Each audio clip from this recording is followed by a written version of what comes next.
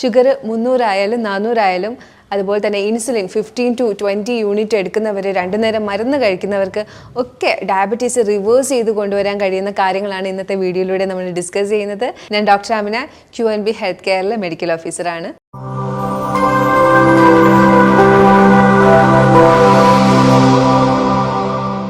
ഒരു പ്രമേഹ രോഗി ഒന്നും കഴിക്കരുത് എന്ന് പറയുന്നത് ഒരു മിഥ്യാധാരണയാണ്. പ്രമേഹ രോഗി അങ്ങനെ കഴിക്കരുത്, ഇങ്ങനെ കഴിക്കരുത് എന്നൊക്കെ ഉണ്ടാവാം. പക്ഷേ ഒന്നും കഴിക്കരുത് എന്നൊക്കെ പറയുന്നത് ഒരു മിഥ്യാധാരണ തന്നെയാണ്. പ്രമേഹ രോഗി ഒരുവിധം നല്ല രീതിയിൽ ജീവിതശൈലി നോക്കി മുന്നോട്ട് കൊണ്ടുപോയാൽ പ്രമേഹത്തിൽ നിന്ന് നിങ്ങളുടെ ശരീരത്തെ, പ്രമേഹം ഉണ്ടാകുന്നത് കാരണം ഉണ്ടാകുന്ന അപകടങ്ങളിൽ നിന്നൊക്കെ നിങ്ങളുടെ ശരീരത്തെ നല്ല രീതിയിൽ രക്ഷിക്കാൻ പറ്റും. പ്രമേഹം എന്ന് പറയുന്നത് ഉറപ്പായിട്ടും ഒരു സൈലന്റ് കില്ലർ തന്നെയാണ്. കാലക്രമേണ നമ്മുടെ വൃക്കകളെയും അതുപോലെ തന്നെ നരമ്പുകളെയും കണ്ണുകളെയും ഒക്കെ പതിയെ നശിപ്പിക്കുന്ന, കൈകാലുകൾ മുറിച്ചു മാറ്റുന്ന അവസ്ഥ വരെ എത്തിക്കാൻ പറ്റുന്ന ഒരു സൈലന്റ് കില്ലർ തന്നെയാണ് പ്രമേഹം. എന്നാൽ എങ്ങനെയാണ് പ്രമേഹ രോഗം ഉണ്ടാകുന്നത്, എന്തുകൊണ്ടാണ് ഇത് അപകടാവസ്ഥയിലേക്ക് എത്തുന്നത് എന്നൊക്കെ ഒരു പ്രമേഹ രോഗി ഉറപ്പായും അറിഞ്ഞിരിക്കേണ്ട കാര്യമാണ്. പ്രമേഹം ഒരുപക്ഷെ ജീൻ വഴി, DNA വഴി അച്ഛനമ്മമാരിൽ നിന്നും മക്കളിലേക്ക് വരാം.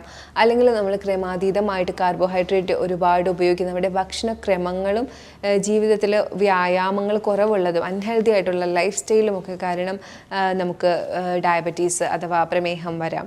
നമ്മൾ കഴിച്ചുകൊണ്ടിരിക്കുന്ന മെഡിസിൻ അതിൻ്റെയൊക്കെ പരിണിത ഫലമായിട്ട് ആഫ്റ്റർ എഫക്റ്റ് ആയിട്ട് വരാം. ചില സർജറിയൊക്കെ കഴിഞ്ഞതിന് ശേഷം ഡയബറ്റീസ് വരാറുണ്ട്.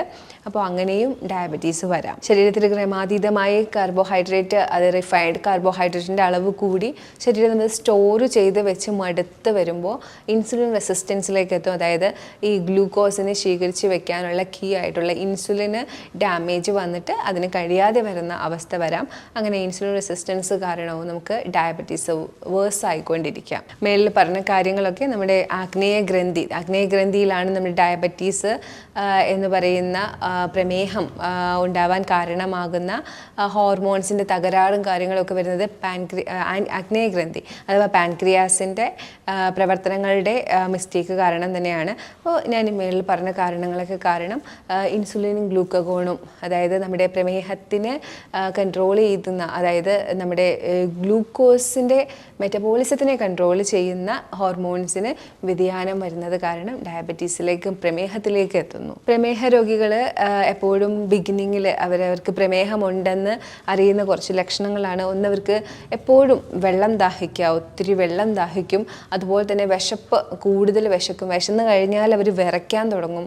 അതുപോലെ തന്നെ രാത്രി കാലങ്ങളിലൊക്കെ യൂറിനേറ്റ് ചെയ്യാനായിട്ട് ഒരുപാട് തവണ എഴുന്നേൽക്കുന്നതായിട്ട് ശ്രദ്ധിക്കപ്പെടും. പകലും പോകുന്നുണ്ടാവും, പക്ഷേ രാത്രിയിലാണ് നമ്മളത് ശ്രദ്ധിക്കുന്നത്. പിന്നെ ചില മുറിവുകൾ വന്നു കഴിഞ്ഞാൽ ഉണങ്ങാതെ ഇരിക്കുക. അതുപോലെ തന്നെ ശരീരത്തിൽ പരുക്കൾ ഉണ്ടാവുക, അതായത് പസ് ഫിൽഡ് ആയിട്ടുള്ള ചെറിയ കുരുക്കൾ ഉണ്ടായി വരുന്നതും ഒക്കെ പ്രമേഹ രോഗികൾക്ക് ബിഗിനിങ്ങിൽ കാണിക്കുന്ന ലക്ഷണമാണ്. അപ്പം ഞാൻ ഈ മുകളിൽ പറഞ്ഞ ലക്ഷണങ്ങളൊക്കെ അസഹനീയമായി മാറുമ്പോൾ, നമുക്ക് ഒട്ടും താങ്ങാൻ പറ്റാത്തൊരു സിറ്റുവേഷൻ വരുമ്പോൾ നമ്മൾ ഉറപ്പായിട്ടും ഒരു ഡോക്ടറിൻ്റെ അടുത്ത് പോവും. മിക്കുള്ളവർക്കും ഇത് പ്രമേഹത്തിൻ്റെ അടയാളമാണെന്ന് മനസ്സിലാവുകയും ചെയ്യും. ഡോക്ടർ നിർദ്ദേശിക്കുന്ന മരുന്നുകൾ നമ്മൾ എടുക്കാൻ തുടങ്ങും. ചില ആളുകൾ മരുന്ന് എടുക്കാതെ ഇരിക്കാം, ചില ആളുകൾ മരുന്ന് എടുത്തുകൊണ്ട് കൃത്യതയില്ലാത്ത ലൈഫ് സ്റ്റൈൽ ഫോളോ ചെയ്യാം.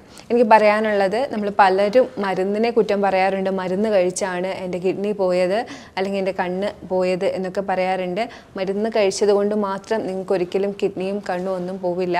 നിങ്ങൾ മരുന്ന് കഴിച്ചുകൊണ്ട് കൃത്യമായ ലൈഫ് സ്റ്റൈൽ ഫോളോ ചെയ്തില്ലെങ്കിൽ നിങ്ങൾക്ക് ഇങ്ങനെ സംഭവിക്കാം. നിങ്ങൾ മരുന്ന് കഴിക്കുകയാണ് എന്ന് പറയുന്ന റീസൺ വെച്ചിട്ട് റിഫൈൻഡ് കാർബോഹൈഡ്രേറ്റും ഷുഗർ കണ്ടൻറ്റുള്ള സ്വീറ്റും കാര്യങ്ങളൊക്കെ ക്രമാതീതമായി കഴിച്ചുകൊണ്ടിരിക്കുകയാണ്, ഒരു കൃത്യതയും ഇല്ലാതെ കഴിക്കുകയാണെങ്കിൽ ഉറപ്പായിട്ടും ഒരു ദിവസത്തിൽ 1-2 തവണ ഷുഗറിൻ്റെ ഹൈക്ക് കൂടുതലായിരിക്കും ബോഡിയിൽ.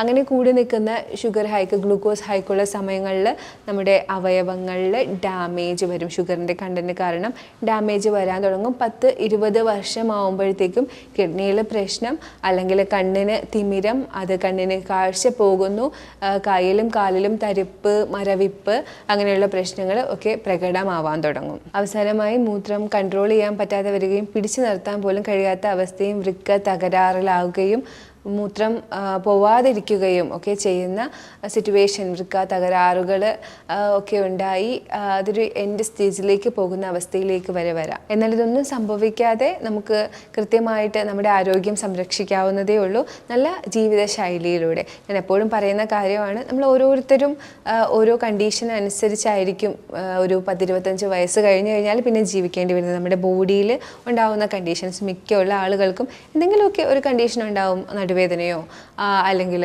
ഡയബറ്റീസോ അല്ലെങ്കിൽ മുട്ടുവേദനയോ അല്ലെങ്കിൽ ഒബീസിറ്റിയോ എന്തെങ്കിലും ഒരു കണ്ടീഷനെ ഫേസ് ചെയ്യുന്നുണ്ടാവും, തൈറോയിഡോ PCODയോ. അപ്പോൾ അതിനനുസരിച്ചായിരിക്കും പിന്നെ നമ്മൾ നമ്മുടെ ലൈഫ് സ്റ്റൈൽ ചേഞ്ച് ചെയ്ത് കൊടുക്കേണ്ടത്. അപ്പോൾ ആ ഒരു രീതിയിൽ പോവുകയാണെങ്കിൽ നമുക്ക് പൂർണ്ണമായിട്ടുള്ള ആരോഗ്യവും ഉണ്ടാവും, അതുപോലെ തന്നെ നമ്മുടെ ഈ കണ്ടീഷനും ഒരു പ്രശ്നവും ഉണ്ടാവില്ല. അപ്പോൾ ഡയബറ്റീസുകാരുടെ കാര്യം പറയുമ്പോൾ നമ്മൾ അവോയ്ഡ് ചെയ്യാനുള്ളത് വെള്ള അരി, അതായത് പോളിഷ് ചെയ്ത അരി അവർ തൊടാതിരിക്കുക. അതുപോലെ തന്നെ വൈറ്റ് ഷുഗർ, പ്രോസസ്സ് ചെയ്തിട്ടുള്ള ഷുഗർ തൊടാതിരിക്കുക. അതുപോലെ തന്നെ മൈദ, അത്തരത്തിലുള്ള റിഫൈൻഡ് ആയിട്ടുള്ള സാധനങ്ങൾ അവർ തൊടാതിരിക്കുക. അപ്പോൾ ഇത്രയും മെയിനായിട്ട് അവർ ശ്രദ്ധിക്കേണ്ട കാര്യങ്ങൾ ഈ ഒരു കാര്യങ്ങളാണ്. ഒരു പ്രമേഹ രോഗി കഴിക്കേണ്ട ഭക്ഷണങ്ങളുമുണ്ട്. അതായത് പ്രമേഹ രോഗി എപ്പോഴും ഫൈബർ കൂടുതൽ കഴിക്കണം. എപ്പോഴും ഞാൻ പറയും, കാർബോഹൈഡ്രേറ്റ് നമ്മൾ കഴിക്കും, എല്ലാവരും കാർബോഹൈഡ്രേറ്റ് കഴിക്കുന്ന ആളുകളാണ്. അപ്പോൾ കാർബോഹൈഡ്രേറ്റ് റിഫൈൻഡ് കഴിക്കാതിരിക്കുക. അപ്പോൾ ബ്രൗൺ റൈസോ മില്ലറ്റോ റാഗിയോ എന്തെങ്കിലും നിങ്ങൾ എടുക്കുന്നുണ്ടെങ്കിൽ അതിൻ്റെ ഇരട്ടി എമൗണ്ട് ഫൈബർ എടുക്കണം. അതായത് നമ്മുടെ കേരളത്തിൽ എളുപ്പമാണ്, നമ്മുടെ അവിയൽ കൂടുതൽ പടവലവും കുമ്പളവും ഇതൊക്കെ ഇട്ട് തടിയനും ഒക്കെ ഇട്ട് ഉണ്ടാക്കുന്ന നമ്മുടെ അവിയൽ, അത് വളരെ ഹെൽത്തി ആയിട്ടുള്ളൊരു ഫൈബർ ഫുഡാണ്. കായ, പച്ചക്കായ വളരെ നല്ലതാണ് ഡയബറ്റിക് പേഷ്യൻസിന്. ബീൻസിലൊക്കെ ഒത്തിരി നാരുണ്ട്. കോളിഫ്ലവർ, ക്യാബേജ്, തൈറോയിഡിൻ്റെ പ്രശ്നമൊന്നും ഇല്ലെങ്കിൽ ക്രൂസിഫറസ് വെജിറ്റബിളൊക്കെ തൈറോയിഡ് പേഷ്യൻസിന് വളരെ നല്ലതാണ്. ഡയബറ്റീസ് പേഷ്യൻസിന് ഫ്രൂട്ട്സ് കഴിക്കാമോ എന്ന് ചോദിക്കാറുണ്ട്. ഫ്രൂട്ട്സ് കഴിക്കാം. അമിതമായാൽ അമൃതം വിഷം എന്ന് പറയുന്നത് പോലെ ഫ്രൂട്ട്സിൽ ഗ്ലൂക്കോസ് അല്ല ഫ്രക്ടോസ് ആണെന്നേ ഉള്ളൂ. ഫ്രക്ടോസ് ആണെങ്കിൽ കൂടി അത് ബോഡിയിൽ അത് വിഘടിച്ച് ഗ്ലൂക്കോസ് ആയിട്ട് തന്നെയാണ് സ്റ്റോർ ചെയ്യുന്നത്. അപ്പോൾ അതിന് സമയമെടുക്കുമെന്നേ ഉള്ളൂ. പിന്നെ വേറൊരു ഗുണം എന്ന് പറയുന്നത് ഈ ഫ്രൂട്ട്സിനകത്ത് ഫൈബർ കൂടെയുണ്ട്. അപ്പം നമ്മൾ കാർബോഹൈഡ്രേറ്റ് എടുക്കുമ്പം അതിൻ്റെ കൂട്ടത്തിൽ ഫൈബർ കഴിക്കാൻ പറയുന്നത് ആ ഗ്ലൂക്കോസ് ഒരുപാട് ബോഡിയിലേക്ക് അബ്സോർബ് ചെയ്യുന്ന തടയാനായിട്ടാണ്. പണ്ടത്തെ കാലത്തെന്ന് പറയുന്നത് ബ്രാനുള്ള റൈസ് ആയിരുന്നു. അതിനെ പൊളിഷ് ചെയ്ത് അതിൻ്റെ ബ്രാൻ കളഞ്ഞിട്ടാണ് ഇപ്പോൾ വൈറ്റ് റൈസ് കാര്യങ്ങളൊക്കെ വരുന്നത്. ബ്രാൻ ഇല്ലാത്ത അരിയാണ് ഇപ്പോൾ കൂടുതൽ. അപ്പം ബ്രാനുള്ള അരിയിൽ തന്നെ നമുക്ക് ഉറപ്പ് വരുത്താൻ പറ്റില്ല ഇത് ബ്രാനുള്ളതാണോ, ഇത് ബ്രാനാണോ അല്ലയോ എന്നൊന്നും നമുക്ക് അത്ര പെട്ടെന്ന് നമുക്ക് ഉറപ്പ് വരുത്താൻ പറ്റില്ല. അതിൽ തന്നെ ഡയറ്റ് ബ്രൗൺ റൈസ് ഒക്കെ നിങ്ങൾ ചോദിച്ച് മേടിക്കുകയാണെങ്കിൽ നവരയരി, ഡയറ്റ് ബ്രൗൺ റൈസ് ഇതൊക്കെ ചോദിച്ച് മേടിച്ച് ഉപയോഗിക്കുകയാണെങ്കിൽ അതിൽ ബ്രാനുണ്ട്. നിങ്ങൾക്കത് വേവിക്കുമ്പോൾ തന്നെ മനസ്സിലാവും കുറച്ച് കട്ടിയുള്ള റൈസാണ്. അപ്പോൾ ഇതിനെ നമുക്ക് കഴിക്കാൻ ടേസ്റ്റിനനുസരിച്ച് പോളിഷ് ചെയ്തെടുത്തപ്പോഴാണ് പ്രശ്നം വന്നത്. അത് റിഫൈൻഡ് കാർബോഹൈഡ്രേറ്റ് ആവുകയും ഫൈബർ ഇല്ലാതിരിക്കുകയും ചെയ്തത്. ഇത് പറഞ്ഞതുപോലെ ഫ്രൂട്ട്സിൻ്റെ കൂട്ടത്തിൽ എന്തുണ്ട്, ഫൈബർ കൂട്ടത്തിൽ തന്നെ ഇരിപ്പുണ്ട്. അതുകൊണ്ട് തന്നെ അത് കുറച്ച് മാത്രമേ ബ്ലഡിലേക്ക് അതിൽ വരുന്ന ഫ്രക്ടോസ് ആയാൽ പോലും അബ്സോർബ് ആവുകയുള്ളൂ. അതാണ് ഫ്രൂട്ട്സിൻ്റെ ഒരു ഘടന എന്ന് പറയുന്നത്. അതുകൊണ്ടത് നമ്മുടെ പ്രമേഹ രോഗികൾക്ക് കഴിക്കാം, പക്ഷേ അതിലും ലിമിറ്റുണ്ട്. അതിൽ തന്നെ ആപ്പിള്, പൈനാപ്പിള്, തണ്ണിമത്തൻ, പോമഗ്രാനറ്റ്, പേരക്ക ഇതിലൊക്കെ കുറച്ച് ഫൈബർ കൂടുതലും അതുപോലെ തന്നെ ഷുഗർ കണ്ടൻറ്റ് കുറവും ഉള്ള ഫ്രൂട്ട്സാണ്. അതിൽ ആപ്പിളിൽ തന്നെ ഗ്രീൻ ആപ്പിളാണ് കൂടുതലായിട്ടും സജസ്റ്റ് ചെയ്യുന്നത്. ഫ്രൂട്ട്സിൻ്റെ കാര്യം പറയുമ്പോൾ തന്നെ പറയാനുള്ളത്, പഴവർഗ്ഗങ്ങൾ കൊണ്ടുണ്ടാക്കുന്ന ജ്യൂസ് പ്രമേഹ രോഗികൾ എടുക്കാതിരിക്കുക. നമ്മുടെ പേഷ്യൻസ് എപ്പോഴും ചോദിക്കും, മറ്റുള്ളവർക്കെല്ലാം നിങ്ങൾ മറ്റു ജ്യൂസുകൾ കൊടുക്കുന്നുണ്ടല്ലോ, നമുക്ക് മാത്രം എന്തായി കുമ്പളങ്ങ ജ്യൂസ് തരുന്നതെന്ന്.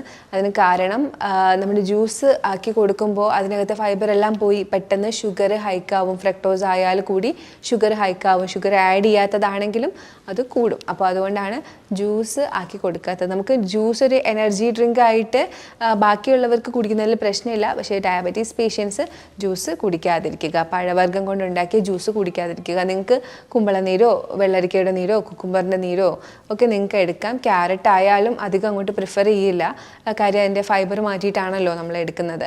അപ്പോൾ ഇതൊക്കെയാണ് നിങ്ങൾക്ക് എടുക്കാൻ പറ്റിയ ജ്യൂസ് എന്ന് പറയുന്നത്. എപ്പോഴും ഡയബറ്റിക് പേഷ്യൻസ് സാലഡ്സ് ആക്കിയിട്ടോ ഫ്രൂട്ട് കട്ട് ആക്കിയിട്ടോ ഒക്കെ പഴവർഗ്ഗങ്ങൾ എടുക്കുക. Chia seed, flax seed, pumpkin seed ഇങ്ങനത്തെ സീഡ് വെറൈറ്റീസ് എന്നും ഉൾപ്പെടുത്തുന്നുണ്ടെന്ന് ഉറപ്പ് വരുത്തുക. ഡയബറ്റിക് പേഷ്യൻസിന് ക്രമേണ അവരുടെ നെർവിനൊക്കെ ഡാമേജ് വരുന്നതാണ്.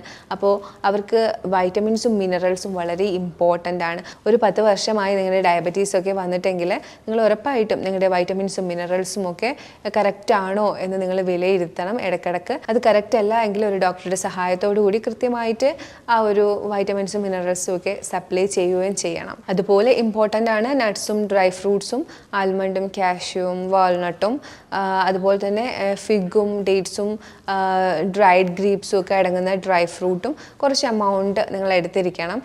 കാര്യം ഞാൻ നേരത്തെ പറഞ്ഞ പോലെ ഡയബറ്റിക് പേഷ്യൻസിൽ അബ്സോർപ്ഷൻ കുറയുകയും അവർക്ക് ന്യൂട്രീഷൻ ഡെഫിഷ്യൻസി വരികയും ഒക്കെ ചെയ്യും. അതുപോലെ തന്നെ മസിൽ വേസ്റ്റേജ് ഉണ്ടായിട്ട് നമുക്ക് തിന്നായി പോകുന്ന അവസ്ഥ ഒക്കെ ഉണ്ടാവുന്ന ഒരു കണ്ടീഷനാണ് ഡയബറ്റീസ് എന്ന് പറയുന്നത്. അപ്പോൾ ന്യൂട്രിയൻസിൻ്റെ കാര്യത്തിൽ നിങ്ങൾ എപ്പോഴും ശ്രദ്ധിക്കുക. അത് ഒരു 6 മാസം 1 വർഷത്തിൽ ഇടവിട്ട് നിങ്ങൾ ചെക്കിംഗ് ഒക്കെ ചെയ്ത് വേണ്ടിയുള്ള മിനറൽസും വൈറ്റമിൻസും ഒക്കെ കൃത്യമായിട്ട് ഒരു ഡോക്ടറുടെ സഹായത്തോടു കൂടി സപ്ലൈ ചെയ്ത് കൊടുക്കുക. ധാന്യങ്ങളിൽ നിങ്ങൾക്ക് എടുക്കാൻ പറ്റിയത് മില്ലറ്റ്സും രാഗിയും ബ്രൗൺ റൈസും അല്ലെങ്കിൽ കോൺ, അതൊക്കെ നിങ്ങൾക്ക് എടുക്കാൻ പറ്റിയതാണ്. അതിൽ നിന്ന് എന്നും നിങ്ങൾ ധാന്യങ്ങൾ കഴിക്കണം എന്ന് നിർബന്ധമില്ല. ഇടയ്ക്ക് നിങ്ങൾക്ക് ഒരു ദിവസം ഫ്രൂട്ട് ഡയറ്റോ അല്ലെങ്കിൽ ഫ്രൂട്ട് ഡയറ്റ് എപ്പോഴും ഞാൻ പ്രിഫർ ചെയ്യില്ല, എന്നാലും ഒരു ദിവസമൊക്കെ കഴിച്ചെന്ന് പറഞ്ഞ പ്രശ്നമില്ല.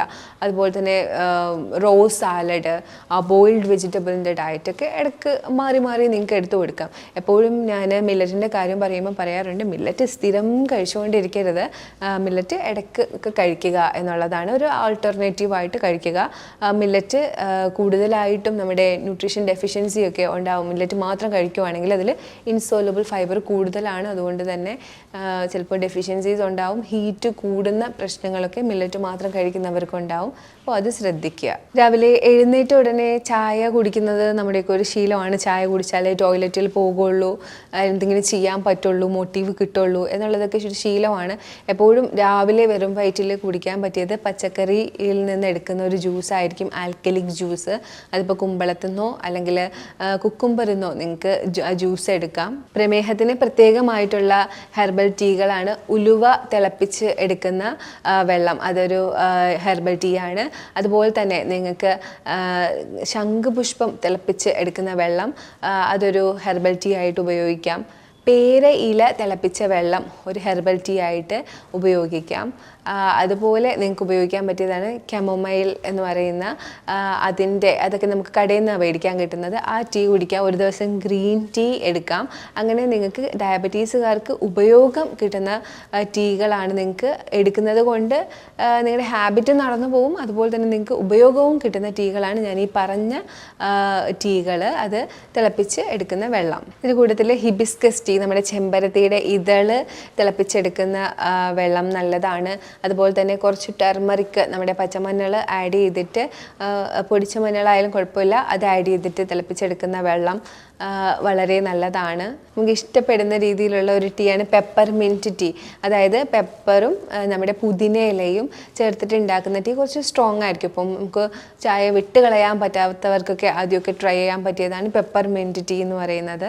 അതുപോലെ ഷുഗറുകാർക്ക്, അതായത് പ്രമേഹ രോഗികൾക്ക് എടുക്കാൻ പറ്റുന്ന ചില സ്വീറ്റ്നേഴ്സും മധുരത്തിന് വേണ്ടി ഉപയോഗിക്കാൻ പറ്റുന്ന സ്വീറ്റ്നേഴ്സും ഒക്കെ ഉണ്ട്. അതിനെക്കുറിച്ചുള്ള ഡീറ്റെയിൽസ് ആയിട്ടുള്ള വീഡിയോ ഞാൻ ചെയ്യുന്നുണ്ട്. മേപ്പിൾ സിറപ്പും തേനും അതുപോലെ തന്നെ സ്റ്റീവിയ, അതൊക്കെ ഉപയോഗിക്കുന്നത് എങ്ങനെയാണെന്നുള്ള വീഡിയോ ഞാൻ ഉടനെ തന്നെ ചെയ്യുന്നുണ്ട്. മേപ്പിൾ സിറപ്പും ഹണിയും ഒക്കെ ഒരു കണക്കൊക്കെ വെച്ച് കൃത്യതയോടുകൂടി ബാക്കിയുള്ള എല്ലാ കൺട്രോളും ചെയ്തുകൊണ്ട് എടുക്കുകയാണെങ്കിൽ വലിയ കുഴപ്പമില്ലാതെ, നമുക്ക് മധുരമില്ലാതെ പറ്റില്ല എന്ന് പറയുന്നവർക്ക് മുന്നോട്ട് പോകാവുന്നതേ ഉള്ളൂ. ഡയബറ്റീസുകാർക്ക് രാവിലെ കഴിക്കാൻ പറ്റിയ കുറച്ച് ബ്രേക്ക്ഫാസ്റ്റിനെ കുറിച്ച് ഒരു ചെറിയ ബ്രീഫ് ഡിസ്കഷൻ തന്നെ ഞാൻ തരാം. അതായത് നമ്മളെപ്പോഴും അപ്പം, പുട്ട് ഇങ്ങനെയുള്ളതൊക്കെയാണല്ലേ കഴിക്കുന്നത്.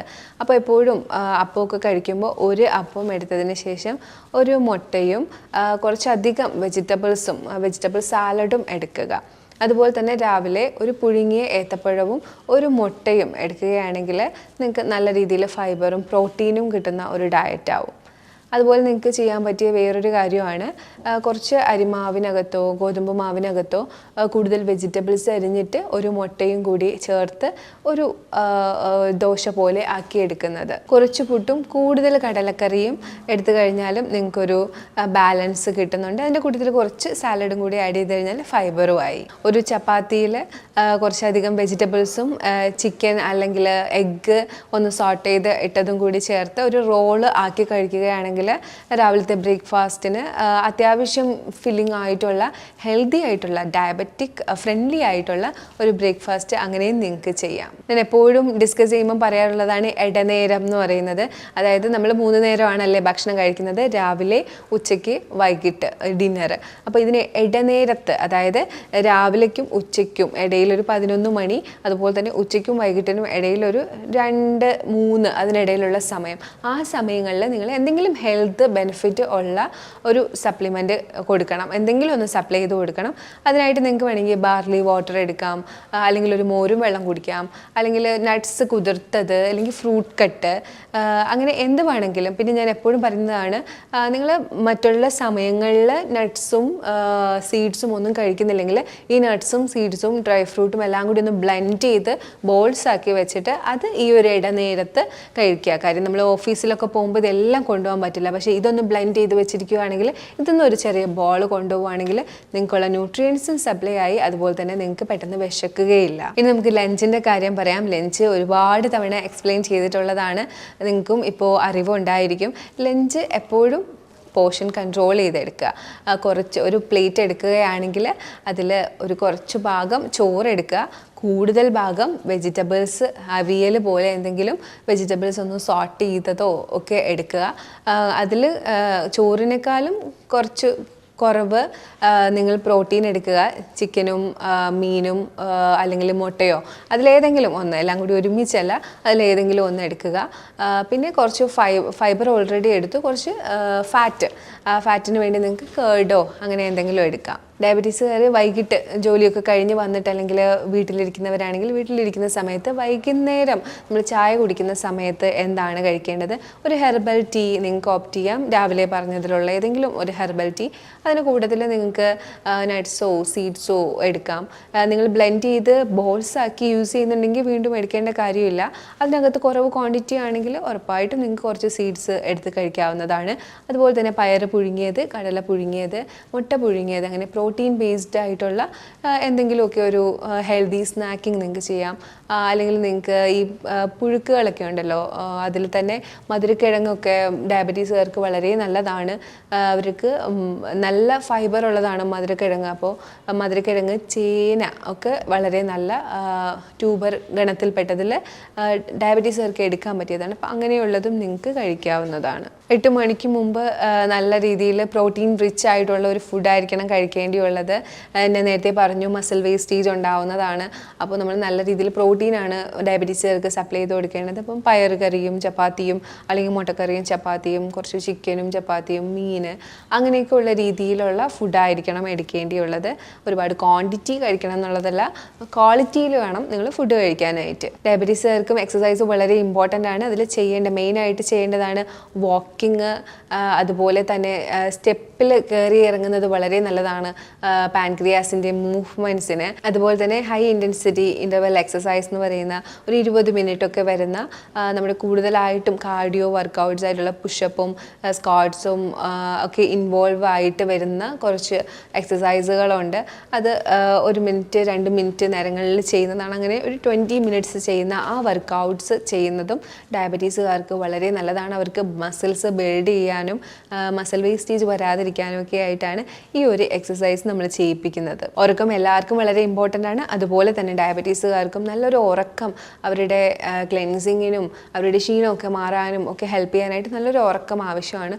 ഉറക്കമില്ലാത്തവർ ഉറക്കം വരാനുള്ള കാര്യങ്ങൾ ചെയ്യുക. ഡോക്ടറിനോട് പ്രത്യേകം പറയുക, എനിക്ക് ഉറക്കം വരുന്നില്ല എന്നൊക്കെയുള്ള കാര്യങ്ങൾ. നമുക്ക് ഡയബറ്റീസുകാർക്ക് വീട്ടിൽ ചെയ്യാൻ പറ്റിയ 2-3 നാച്ചുറോപ്പതി ട്രീറ്റ്മെൻറ്റ്സ് ഉണ്ട്. അതിലൊന്നാണ് ഹിറ്റ് ബാത്ത് എന്ന് പറയുന്നത്. അതായത് ഒരു ടബിനകത്ത് ബൊക്കിൾ വരെ മുങ്ങുന്ന രീതിയിൽ വെള്ളം നിറച്ച് അതിലേക്ക് ഇരിക്കുക. 20 മിനിറ്റ് നമ്മുടെ ബ്ലഡ് സർക്കുലേഷനൊക്കെ ഒന്ന് കൂടി നമ്മുടെ പാങ്ക്രിയാസും അത് അനുബന്ധിച്ചിട്ടുള്ള ഓർഗൻസും ഒക്കെ ഒന്ന് വർക്ക് ചെയ്യാനായിട്ടാണ്. അതുപോലെ തന്നെ രാത്രിയിൽ കിടക്കുന്നതിന് മുമ്പോ മറ്റോ നിങ്ങൾക്ക് ഒരു ടവൽ 4 ഫോൾഡായി മടക്കി അതൊന്ന് വെറ്റ് ചെയ്ത് അബ്ഡോമിനൽ അപ്ലൈ ചെയ്ത് കൊടുക്കാം. ഇതും ഇതുപോലെ തന്നെ നമുക്കൊന്ന് അബ്ഡോമിനൽ ഓർഗൻസ് ഒക്കെ വർക്ക് ചെയ്തൊന്ന് റെഗുലർ ആവാനായിട്ടാണ്. ഇനി നിങ്ങൾക്ക് ചെയ്യാൻ പറ്റിയത് ഉറക്കമൊക്കെ ഒന്ന് മെയിൻറ്റെയിൻ ചെയ്യാനും ശരീരത്തിലെ എല്ലാ ബ്ലഡ് സപ്ലൈയും കാര്യങ്ങളും ഒന്ന് സ്റ്റിമുലേറ്റ് ആവാനും ഹോട്ട് ഫുഡ് ഇമേർഷൻ ഒരു ബക്കറ്റിൽ ചൂടുവെള്ളം എടുത്ത് കണങ്കാല് വരെ മുക്കി ഒരു 20 മിനിറ്റ് ഇരിക്കുക. ഇതിൽ ഏതെങ്കിലുമൊക്കെ നിങ്ങൾ ആൾട്ടർനേറ്റ് ആയിട്ട് ഒന്ന് പ്രാക്ടീസ് ചെയ്യുക എവറിഡേ. അതിൻ്റെ കൂട്ടത്തിൽ നിങ്ങൾ ഈ ഡയറ്റും കാര്യങ്ങളും എല്ലാം ചെയ്തു പോവുകയാണെങ്കിൽ ഉറപ്പായിട്ടും ഒരു ഡയബറ്റീസ് പേഷ്യൻറ്റിന് നമ്മുടെ ഡയബറ്റീസ് റിവേഴ്സ് ചെയ്ത് 300-നും 400-നും ഒക്കെ റിവേഴ്സ് ചെയ്യാനും അതുപോലെ തന്നെ ഇൻസുലിൻ നിർത്താനും പറ്റും. നിങ്ങൾക്കിത് ഒറ്റയ്ക്ക് ചെയ്യാൻ പറ്റുന്നില്ലെങ്കിൽ ഉറപ്പായിട്ടും നമ്മൾ ഓൺലൈൻ ഗൈഡൻസും കാര്യങ്ങളും ഒക്കെ കൊടുക്കുന്നുണ്ട്. നിങ്ങൾക്ക് കോൺടാക്റ്റ് ചെയ്യാവുന്നതാണ്. ഞാനീ പറഞ്ഞ കാര്യങ്ങളെല്ലാം നിങ്ങൾക്ക് ഉപയോഗപ്പെട്ടെന്ന് തന്നെ വിചാരിക്കുന്നു. നിങ്ങൾക്ക് ഇനി വേറെ എന്തെങ്കിലുമൊക്കെ ഡൗട്ട് ഉണ്ടെങ്കിൽ നമ്മളെ കാണുന്ന നമ്പറിലേക്ക് നിങ്ങൾക്ക് കോൺടാക്റ്റ് ചെയ്യാവുന്നതാണ്. അതുപോലെ കൺസൾട്ടേഷന് വേണ്ടിയും ഓൺലൈൻ കൺസൾട്ടേഷന് വേണ്ടിയും നിങ്ങൾക്ക് കോൺടാക്റ്റ് ചെയ്യാവുന്നതാണ്. ഇനിയൊരു വീഡിയോയിലേക്ക് കാണുന്നവരേക്കും ബൈ.